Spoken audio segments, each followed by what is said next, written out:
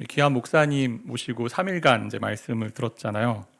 그래서 오늘은 이제 섬기시는 교회가 성금요 예배가 있어서 그래서 목요일까지만 할까 되게 많이 고민을 했습니다. 제가 고민했다가 이 말씀을 전하게 되는데 40년 말씀 연구하셨고 대학교 때 2시간씩 성경 읽으면서 30번을 읽으신 분이고 예수 믿으면 다 되었지 뭐가 성공이 중요하냐 하신 그 목사님 뒤에 이제 말씀을 전하는 저의 마음이 어떨까요? 마음이 되게 좁아지는데 그럼에도 이제 하나님의 말씀이니까 함께 나누는 이제 시간이 되는데요. 우선 지난 화요일부터 좀 해주신 말씀을 간략하게 좀 정리를 해보면 화요일 날 마지막 6월절 만찬을 통해서 그러니까 예수가 떡과 잔을 주시면서 이 잔이 죄 사함을 위해 흘리는 나의 피, 언약의 피다라는 말씀하셨어요. 그래서 새 언약의 피죠. 죄 사함, 용서함을 주는 피입니다. 그래서 인간으로서는 자기 중심성이 죄악에서 빠져나올 수 없기 때문에 그 죄악을 어찌할 수 없는데 예수님이 6월절 어린 양이 되셔서 죄 용서해 주셨다 그런 얘기 해주셨어요. 그리고 많은 사람을 위해 흘리는 피다라고 얘기하면서 어떤 분이 나가면서 그 말씀에 은혜를 받으셨다고 얘기한 걸 제가 봤는데 모든 그리스도는 어때요? 인터내셔널 그리스도입니다. 우리 주변에 있는 모든 사람이 우리의 가족이고 또 구원받아야 할 사람이다라는 거. 그래서 차별과 장벽이 없는 그리스도인 되어야 된다라는 이야기 해주셨어요. 수요일 기억나세요? 수요일은 십자가상에서 나의 하나님 어찌하여 나를 버리셨나이까 라는 그 절규 외침 시편 22편 1절에 있는 말씀을 인용하신 그 예수님의 이야기 해주셨는데 고통의 의미가 뭔지를 십자가상에서 예수님이 당한 그 처절한 그 참혹한 십자가 죽음의 의미가 뭔지를 다시 한번 좀 기억할 수 있는 시간이었다고 봅니다. 인간에게 퍼부어야 할 진노가 우리가 마땅히 받아야 할 그 죄의 형벌 그것을 자기 아들에게 다 쏟아 부으셨다라는 거죠. 누구 때문에? 저와 여러분 때문에. 지옥 형벌을 다 경험하시고 아버지와 단절되신 그 아들의 고통의 깊이가 우리 죄악의 깊이와 동일하다라고 볼 수 있는 거죠. 결국 죄인인 우리 모두는 누가 필요해요? 예수가 필요한 존재다. 죄인 나를 오라 하실 때, 죄인 누구든지 오라 하실 때, 죄인 부르실 때 나를 좀 불러달라 할 수밖에 없는 죄인인 것을 이제 우리가 함께 보았습니다.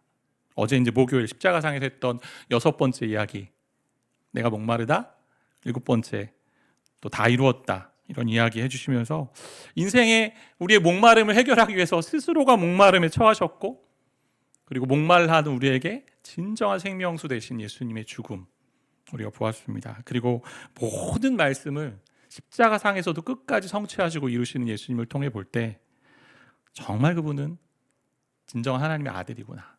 그래서 인간과 인간 사이의 관계, 하나님과 인간 사이의 관계, 인간과 피조물의 관계, 그리고 인간 안에 있는 자기와 자기 사이의 관계에서도의 모든 단절을 허무시고 장벽을 허무시고 무너뜨리시는 예수님 십자가, 그리고 무엇보다 죄와 사망의 권세를 무너뜨리신 예수님 십자가를 묵상하는 시간이 되었습니다. 그래서 이 모든 것을 통해 우리가 보아야 하는 것은 예수님을 좀 많이 알면 알수록 예수님 더 많이 사랑하고 싶다.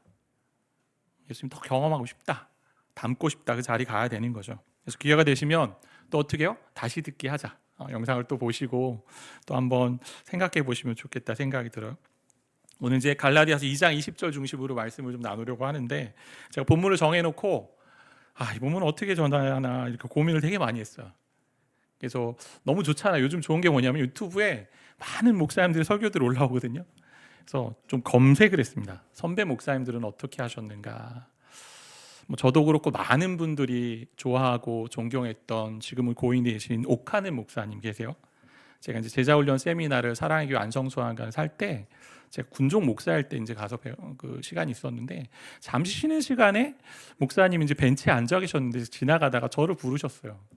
저한테 해주셨던 얘기가 지금도 기억이 나는데 어디서 왔냐고. 제가 군에서 지금 목회하다 왔습니다. 그랬더니 예수님 많이 전하는 목사 되라고 그렇게 얘기했던 기억이 있는데 그분이 했던 설교를 좀 찾을 수 있었습니다. 제가 영상을 좀 잠깐 우리 함께 좀 봤으면 좋겠는데요. 앞부분만 잠깐 들어보겠습니다. 여러분 십자가의 도리를 얼마만큼 알고 계시나요? 십자가에 대해서 얼마나 깊이 깨닫고 그 은혜에 젖어보시고 또 그 은혜 속에서 살고 계시나요? 여러분 자신이 한번 자문을 해보시기를 바랍니다. 저는 35년 이상 신학을 공부하고 성경을 공부하고 그리고 십자가에 대해서 가르치고 설교하면서 한 생을 살았습니다마는 지금 제가 서 있는 이 시점에서 냉정하게 저 자신을 돌아보면 나는 아직 잘 모른다. 잘 모르겠어. 어떻게 그런 일이 가능한지 잘 모르겠어 하는 생각이 점점 더 생깁니다.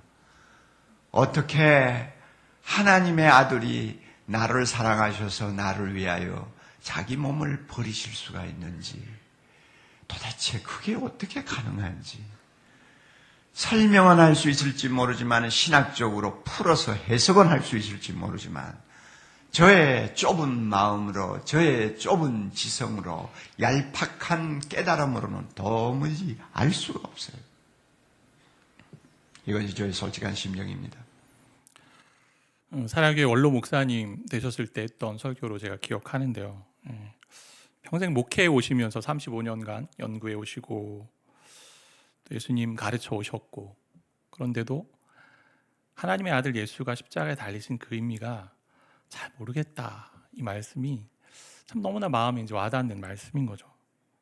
저도 이 말씀 대하면서 여러 번 묵상하면서 이 말씀을 내가 머리로만 대하고 있는 거 아닌가, 뭔가 이건 이것입니다라고 설명을 할 수 있는 것 같은데 진짜 십자가를 경험케 하는 그런 말씀이 되는가.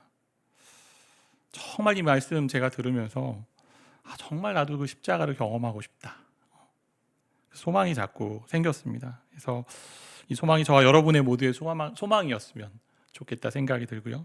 그래서 본문의 말씀을 다시 한번 곱씹으면서 좀 읽어볼 텐데 22장 20절 말씀만 우리가 함께 잘 곱씹으면서 좀 읽었으면 좋겠습니다. 한 단어 한 단어가 우리에게 주신 하나님의 말씀이에요. 같이 좀 읽어보겠습니다. 내가 그리스도와 함께 십자가에 못 박혔나니 그런즉 이제는 내가 사는 것이 아니오 오직 내 안에 그리스도께서 사시는 것이라. 이제 내가 육체 가운데 사는 것은 나를 사랑하사 나를 위하여 자기 자신을 버리신 하나님의 아들을 믿는 믿음 안에서 사는 것이라. 내가 그리스도와 함께 연합하여 십자가에 못 박혔습니다라고 바울이 고백합니다. 그리고 이제 내가 살고 있는 것은 내가 아니고 그리스도가 사시는 삶입니다. 그렇지만 난 아직도 육신 가운데 살고 있다라는 거지. 근데 육신 가운데 살고 있는 것은 내 자아가 아니고 나를 사랑하셔서 나를 위하여 자기 자신을 내어주신 하나님의 아들을 믿는 믿음으로 전 삽니다 라고 이야기하는 거죠. 사랑하는 여러분, 저와 여러분이 어떠한 삶을 살고 계십니까? 신앙인으로. 그러니까 신앙생활의 점검표와 같은 이 말씀이 이 말씀이라고 할 수 있습니다. 그래서 오늘은 세 가지 측면에서 좀 이것들을 살펴보고자 하는데, 십자가를 경험한 자의 삶이 어때야 되는가? 첫 번째는 중심이 바뀐 삶이죠. 오늘 말씀처럼 내가 아니고 예수가 중심입니다. 내 자아가 중심이 아니고 예수가 중심이에요. 우리는 십자가면 예수가 나의 죄를 위해 죄짐을 지시고 십자가에 달리셔서 생명을 주셨다라고만 생각합니다. 맞어요, 맞아요. 그게. 그런데 빠진 것이 있죠. 나도 예수와 함께 죽었다라는 거죠. 예수님이 나의 죄를 위해 죄짐을 지시고 십자가에 달려 생명을 주셨다, 그걸로 그친 게 아니고 나도 그분과 함께 십자가에 달렸다. 로마서 6장 4절 5절 말씀이 이렇게 기록되어 있는데요, 우리 함께 좀 읽어보겠습니다. 6장 4절 5절입니다. 그러므로 우리가 그의 죽으심과 합하여 세례를 받음으로 그와 함께 장사되었나니 이는 아버지의 영광으로 말미암아 그리스도를 죽은 자 가운데서 살리심과 같이 우리로 또한 새 생명 가운데서 행하게 하려 함이라. 만일 우리가 그의 죽으심과 같은 모양으로 연합한 자가 되었으면 또한 그의 부활과 같은 모양으로 연합한 자도 되리라. 그리스도와 함께 내가 십자가에 달렸다, 죽었다는 얘기는 그리스도와 연합해서 그 일을 같이 했다.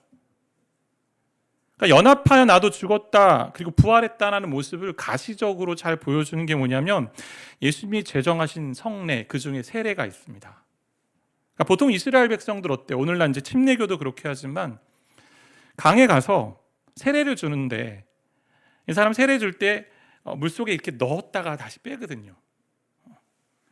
그러니까 물속에 넣는다는 의미는 예수와 함께 내가 죽었고 다시 올라온다는 얘기는 예수와 함께 내가 살았다. 그 죽음과 부활을 보여주는, 그런 그림을 그려듯이 보여주는 그런 모습인데요. 그래서 세례식은요, 믿는 자에게 뭐냐, 한편으로는 내 인간 자아가 죽는 장례식이에요. 그러니까 나의 옛사람, 옛 자아는 죽었다라는 거죠. 내 집의 주인이 누구예요? 이제는 나가 아니고 누구다? 예수다라는 거예요. 예수. 그 종교개혁자인 마틴 루터가 이런 이야기 했습니다. 누군가 내 마음 문을 두드리며 이 집에 누가 살고 있느냐고 묻는다면 나는 대답하겠다. 전에는 마틴 루터가 살고 있었는데 그 사람은 오래전에 죽었고 이제는 예수 그리스도께서 살고 계십니다. 누가 이 집에 살고 있느냐 물을 때 전에는 마틴 루터가 살고 있었는데 그 옛 자아는 죽었고 오래전에 죽었고 이제는 예수 그리스도께서 살고 계십니다. 저와 여러분 안에 누가 살고 계십니까? 내가 죽었다는 것은 내 옛 자아가 죽었다는 의미인데 옛 자아가 뭐예요? 죄된 본성이 있는 거고 이기적인 욕망으로 갇힌 자기 중심성으로 뭉쳐있는 자아 아닙니까? 내 목소리 되게 좋아하는 자아죠.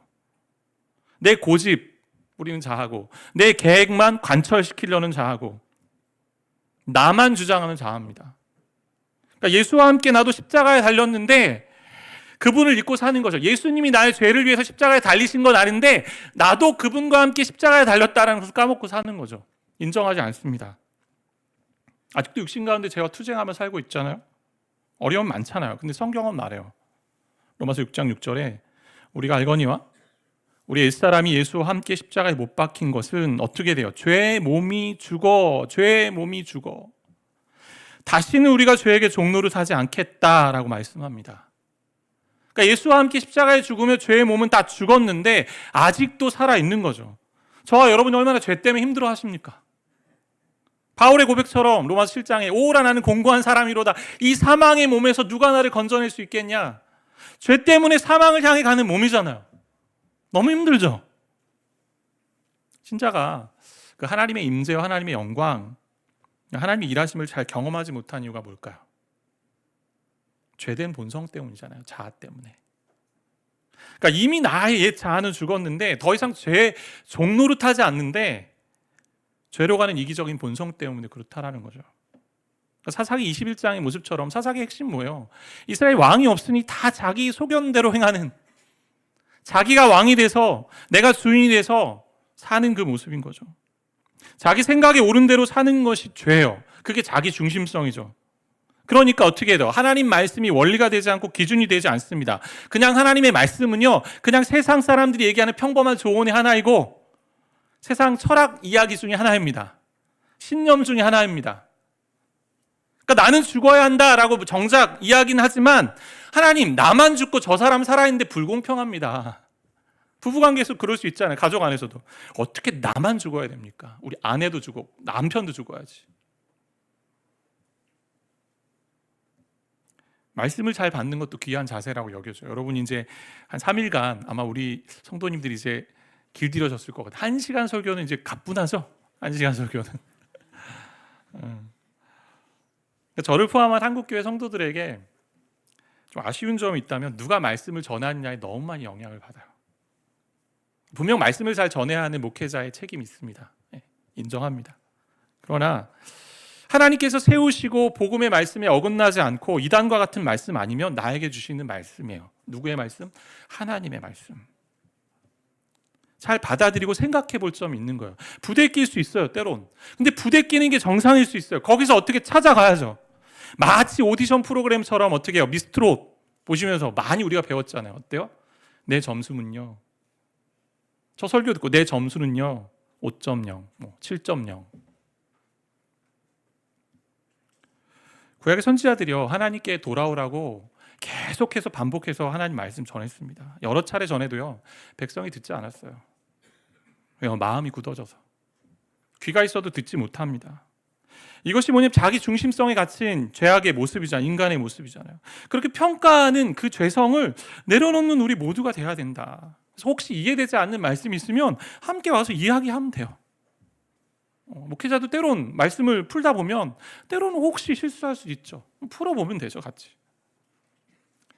예배도 예수님 중심이어야 되는데 때론 내 성향과 내 기질, 어떤 내 관심사 가지고 예배하는 것들이 많은 것 같아요.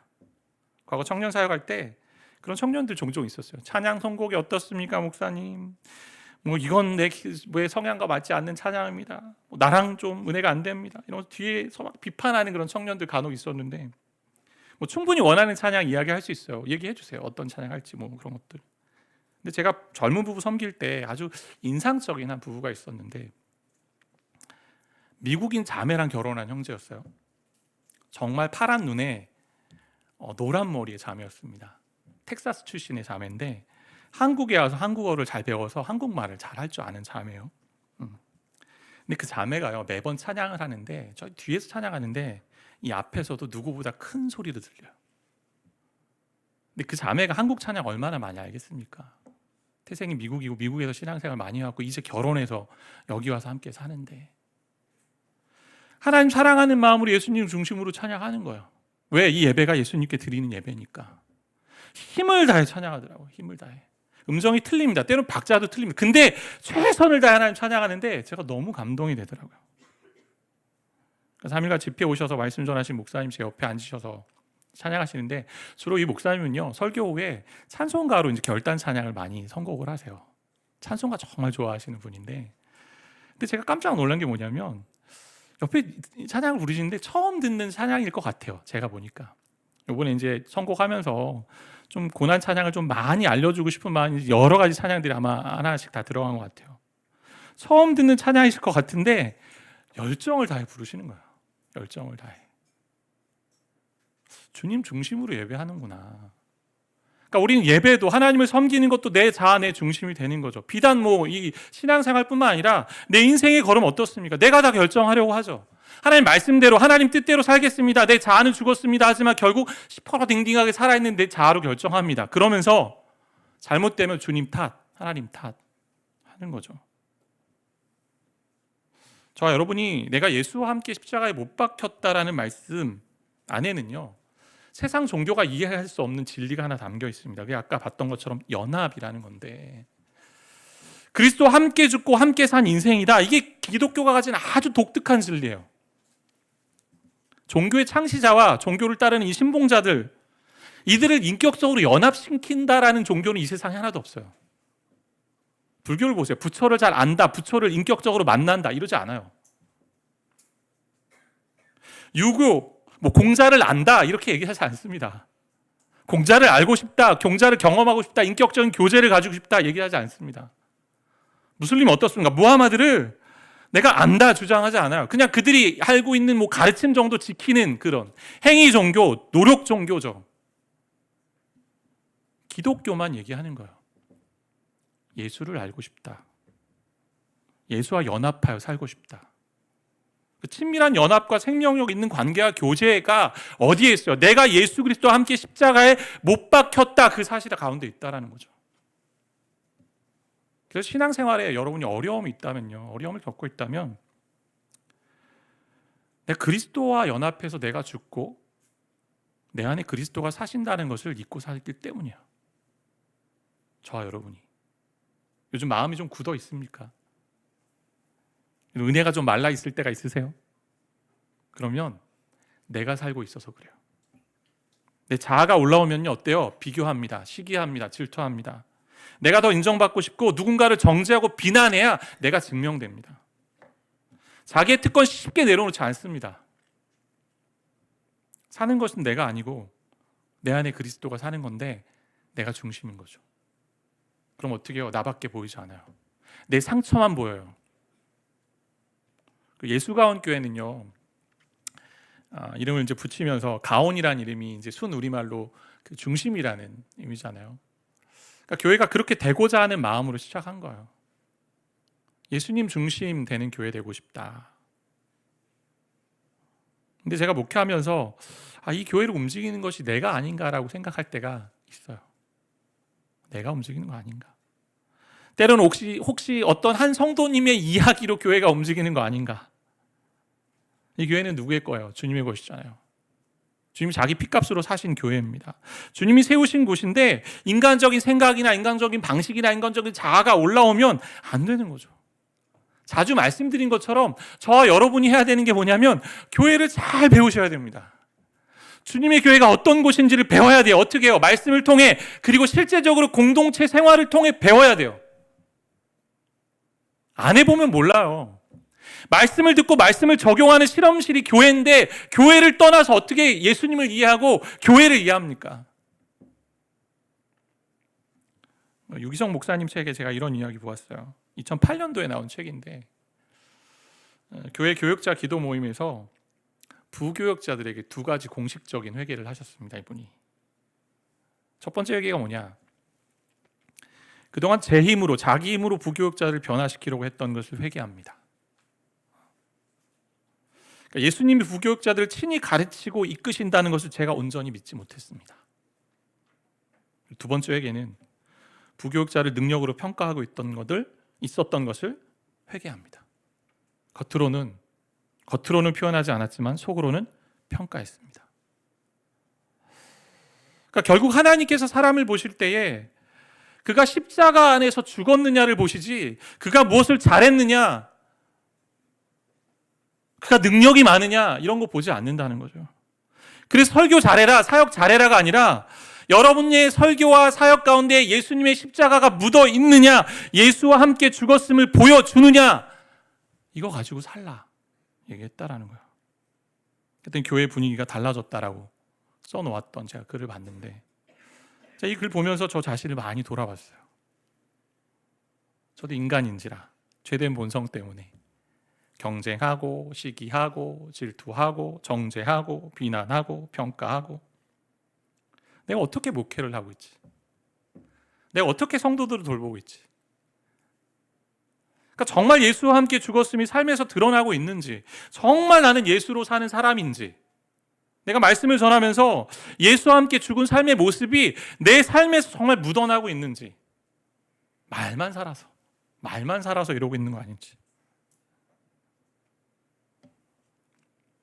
예수와 함께 십자가에 죽었으면요, 우리의 자아는 죽은 거예요. 나는 없고 예수가 중심이 되는 거죠. 그러면 내 선택 없습니다. 내 결정 없습니다. 그럼 방향이 달라지잖아요. 방향이 바뀐 삶이 됩니다. 어떻게 돼요?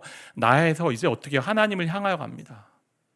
그러니까 신앙인의 삶에서 육체가 원하는 부분은요, 어때요? 무엇을 해서, 무엇을 얻어서 이 노력 가지고 자꾸 신앙생활을 합니다. 그러니 어떤 일이 벌어져요? 과거 선배 목사님들의 실수 중에 우리 선배 목사님들이 참 많은 일들 잘 하셨습니다. 기도 많이 시켰고요. 함께 예수님 복음 전하라 애쓰셨고요. 근데요, 아쉬운 점이 있어요. 그게 뭐냐면 섬김 열심히 하면 복 받는다요. 열심히 뭐 하면 복 받는다. 잘 섬기면 복 받는다. 무엇을 해서 하나님께 복 받고 은혜 받는다. 그 식이 많았어요. 근데 그러한 자기 노력, 자기 중심으로 사는 것이 아니라고는 얘기하잖아요. 19절 말씀 어떻게 하나님에 대하여 살려 합니다. 하나님에 대하여. 하나님과의 관계 속에서 하나님을 위하여 삽니다. 모든 삶의 결정과 방향이 바뀌어요. 부흥회 때 들은 말씀을 좀 근거로 생각해 본다면 하나님의 말씀과 그분의 뜻을 이루는 삶이죠. 내 뜻이 어디 있습니까? 내 마음이 어디 있어요? 예수가 십자가에서 성경의 말씀을 응하게 하셨던 것처럼 모든 것을 다 이루신 것처럼 그렇게 따라가는 삶이죠. 그렇다면 하나님을 향하여 하나님과의 관계 속에서 사는 삶이 뭘까요? 20절 말씀 있잖아요. 20절 말씀 다시 보시면 그런즉부터 보시면 그런즉 이제는 내가 사는 것이 아니 오직 내 안에 그리스도께서 사시는 것이라. 이제 내가 육체 가운데 사는 것은 나를 사랑하사 나를 위하여 자기 자신을 버리신 하나님의 아들을 믿는 믿음 안에서 사는 것이라. 자, 하나님을 향하여 산다는 얘기가 뭐예요? 방향이 바뀌었는데 어떻게 돼요? 예수가 중심이 되어 방향이 바뀌면 자기 중심성에서 빠져나와서 어떻게 됩니까? 나를 사랑하사 나를 위하여 자기 자신을 버리신 하나님의 아들 예수님처럼 살게 된다는 거잖아요. 예수님은 어떻게 하셨어요?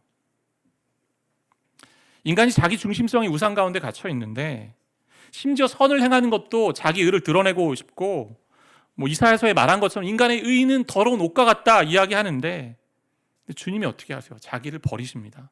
우리를 대신하십니다.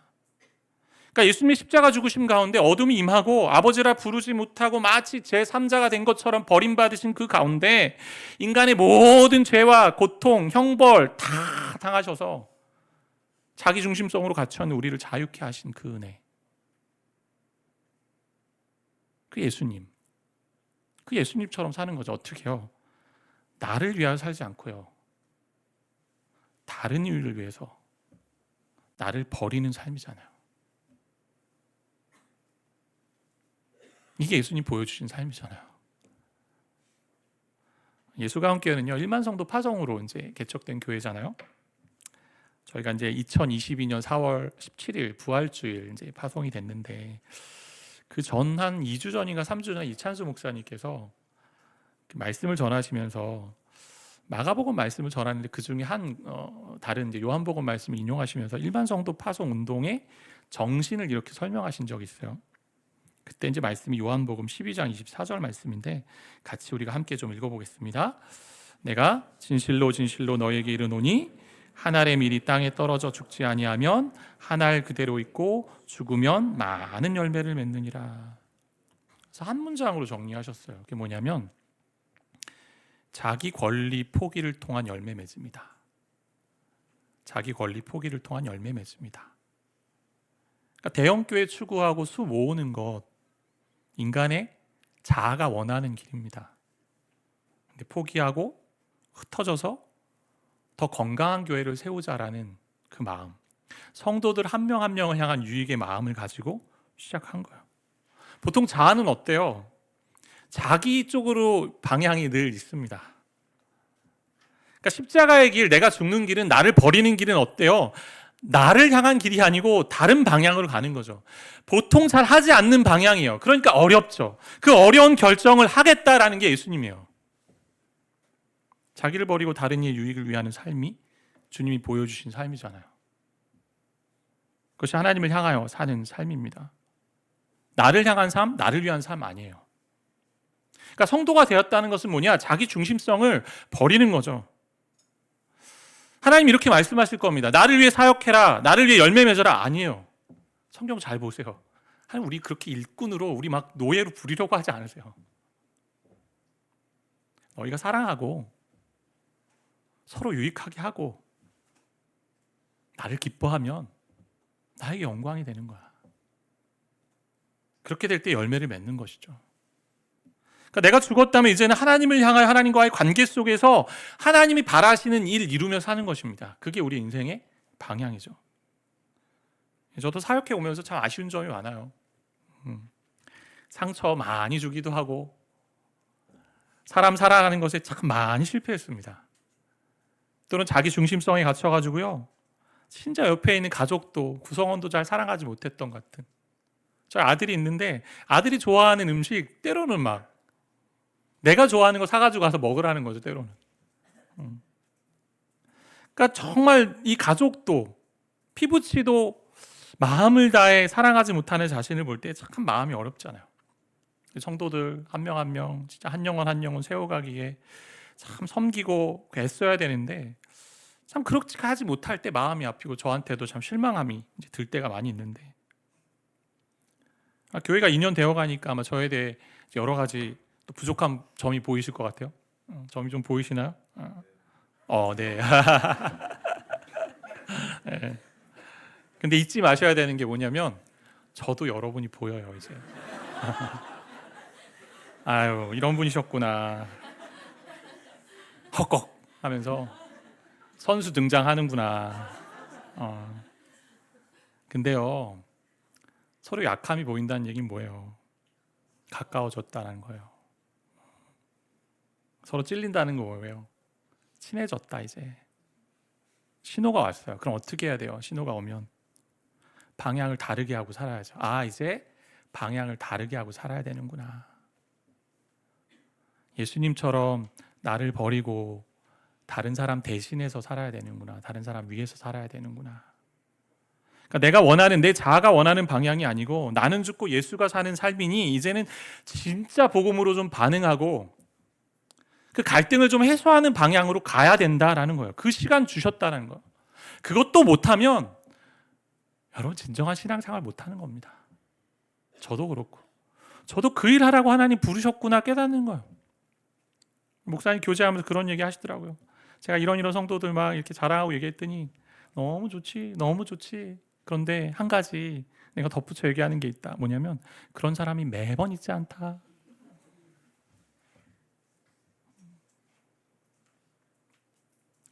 우리가 자신의 틀로만 재단하고 사람을 평가하고 내 방식대로 대한다면 아직도 내 자아가 살아있는 거죠. 다른 사람 섬기는 것도요, 내 방식으로 하기 좋아하는 우리입니다. 로마서 15장에 보면요, 바울이 이렇게 얘기해요. 예루살렘 성도들을 섬기는 일에 대해서 이렇게 얘기합니다. 성도들이 받을 만하게 하고라는 게 있어요. 이게 뭐냐? 세 번역으로 읽으면 성도들이 기쁘게 받아들여지도록 섬겨라. 인간은 어때요? 섬김조차도 내 의를 드러내고 싶고요, 내 방식대로 이렇게 하면 저 사람 사랑하는 거라고 합니다. 근데요, 정말 섬기는 건 뭐냐? 그 사람의 상황을 헤아리고 그 사람의 입장을 알고 그 사람에게 가장 필요하고 그리고 그 사람의 지금 도와줘야 되는 게 뭔지를, 그리고 그 사람이 그걸 받았을 때 때로는 너무 감정적으로 참 업신여김을 당하지 않는 그런 섬김. 우리가 자기중심적으로 섬김하기 참 쉬운 존재잖아요. 가족 안에서도. 어떻게 해야 될까요? 세 번째, 동력이 바뀌는데 20절 다시 보시면 나는 죽었고 내 안에 예수가 산 사람의 모습이 어떻게 흘러갑니까? 어떻게 흘러가요? 나를 사랑하사 나를 위하여 자기 자신을 버리신 하나님의 아들을 믿는 뭐예요? 믿음으로 산다. 여러분, 신앙생활은 믿음으로 사는 거죠. 보이는 것으로 살지 않습니다. 믿음으로 삽니다. 근데요, 믿음의 핵심이 뭐예요? 오늘 말씀하고 있는 믿음의 핵심, 한마디로 하면 십자가 믿음이잖아요. 예수 믿음이잖아요. 그러니까 고난주간만 십자가 예수님 묵상하라고 이 시간 주신 거 아니에요. 원래 우리 개혁주의 전통에는요, 고난주간이라는 것도 별로 지키지 않았던 것 같아요. 역사를 보면 개혁주의는 뭐냐? 모든 것이 그리스도 중심이어야 된다라는 거예요. 모든 예배가 예수님 중심이어야 되고, 모든 삶이 예수님 중심이어야 되고, 모든 설교가 예수님 중심이어야 된다가 개혁주의 전통입니다. 목회자가 되면요, 설교 잘하고 싶은 욕망이 막 올라와요. 조회수 누가 안 늘려주나 막 이런 욕망이 오죠. 근데 점점 그리스도를 만나 어떤 소리 듣고 싶냐면, 목사님 설교 들으니 예수님이 보여요. 예수님 만났습니다. 예수님이 더 알고 싶습니다. 그러니까 성도들의 삶에서 얘기한다면 여러분이 설교자예요. 삶으로 보여주는 설교잖아요. 여러분이 여러분의 관계 속에서, 상황 속에서 많은 사람들이 여러분 만날 때 우리 자매님 보니, 우리 성도님 보니, 우리 형제님 보니 예수가 보이네요. 이 믿음은요, 십자가에서 나를 위해서 자기 자신을 버리신 하나님의 아들 예수를 믿는 믿음이에요. 신앙생활 하면서 자꾸 착각하고 있는 믿음이 있어요. 무슨 믿음이요?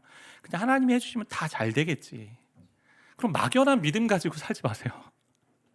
분명 하나님이 함께 하시면 잘 됩니다. 막 그런 것만 크게 붙여놓고 막 우리 기도하기도 하죠.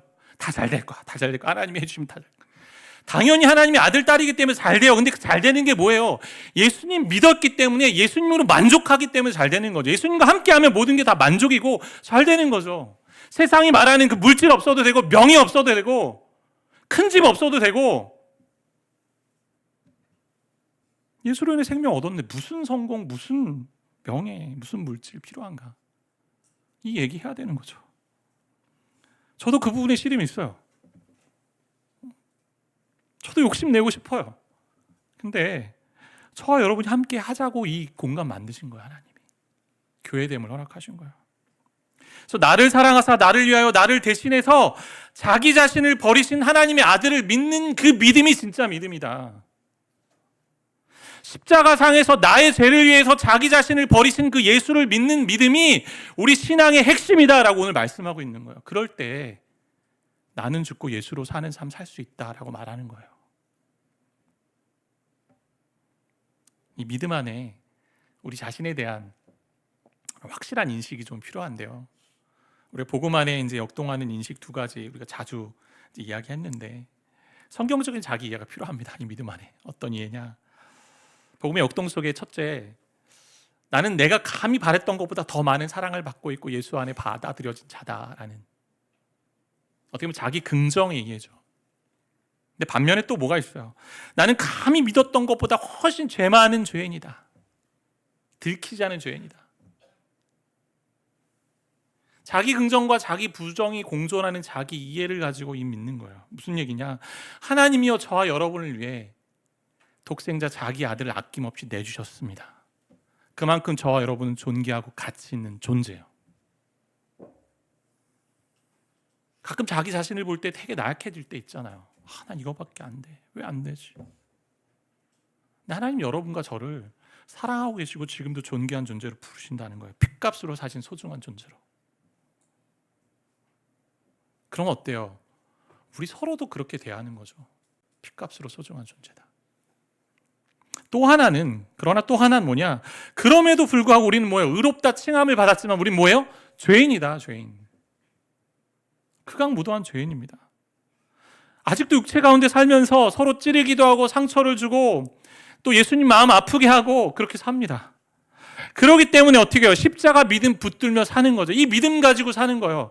그렇지, 자기 자신을 나를 위해서 버리신 하나님의 아들을 믿는 믿음으로 내가 사는 것이, 난 죽었지. 그럼 새로운 열망이 생기잖아요. 새로운 방향이 생기듯이. 내가 주님의 십자가 더 경험하고 싶다. 그 믿음 가지고 살고 싶다. 전 아직도 가야 할 길이 많은 목사예요. 그러니까 그리스도와 함께 십자가에 죽었다라고 말은 하면서도 자아가 살아서 움직일 때가 참 많은 존재입니다. 싫은 소리 들으면 주님께 기도하고 싶어요. 주님, 저 입술을. 네.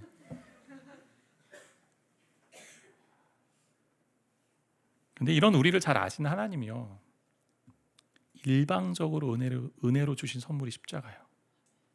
우리가 뭘 해서 준 게 아니에요. 21절 말씀 보면 이렇게 이야기합니다. 내가 하나님의 은혜를 패하지 아니하노니 만일 의롭되 되는 것이 율법으로 말미암으면 그리스도께서 헛되이 죽으셨느니라. 하나님의 은혜를 붙드는 것, 그게 그리스도의 죽음을 헛되이 하지 않는 거예요. 내가 뭘 해서, 내가 뭘 잘해서 하나님께 받아들여진다? 아니에요. 하나님 은혜로 저와 여러분을 받아주셨어요. 그러면 나를 위해서 자기 자신을 버리신 그 십자가 예수 그리스도를 믿는 믿음으로 살면 됩니다. 이 말씀을 붙들고 진짜 나를 사랑하셔서 나를 위하여 자기 자신을 버리신 하나님의 아들을 믿는 그 믿음을 회복하며 살게 해달라고 반응하면 됩니다. 자, 여러분이 한번 해봅시다. 그렇게 살 때요, 어떤 일이 벌어져요? 우리 주변에 예수님 믿는 자의 삶으로 인한 유익함이 나타나는 거죠. 저와 여러분 때문에 예수님을 만났어요, 예수님을 경험했어요, 예수님이 보여요 라는 이야기가 들리는 거죠. 그게 예수 십자가 열매죠. 그게 저와 여러분의 믿음의 열매고, 십자가를 통해 정말 나 자신을 위해 살지 않고 내 자아를 내려놓고 나는 죽었습니다, 주님. 나는 주님과 함께 십자가에 못 박혔습니다. 이젠 주님이 사시니 내가 누구를 대할 때 주님이 만나주시고, 내가 누구와 이야기할 때 주님께서 이야기하듯이 해주시고, 내가 일을 할 때도 주님이 내 안에서 하시듯 해주십시오. 이 고백이 저 여러분의 고백이 될 줄 믿습니다.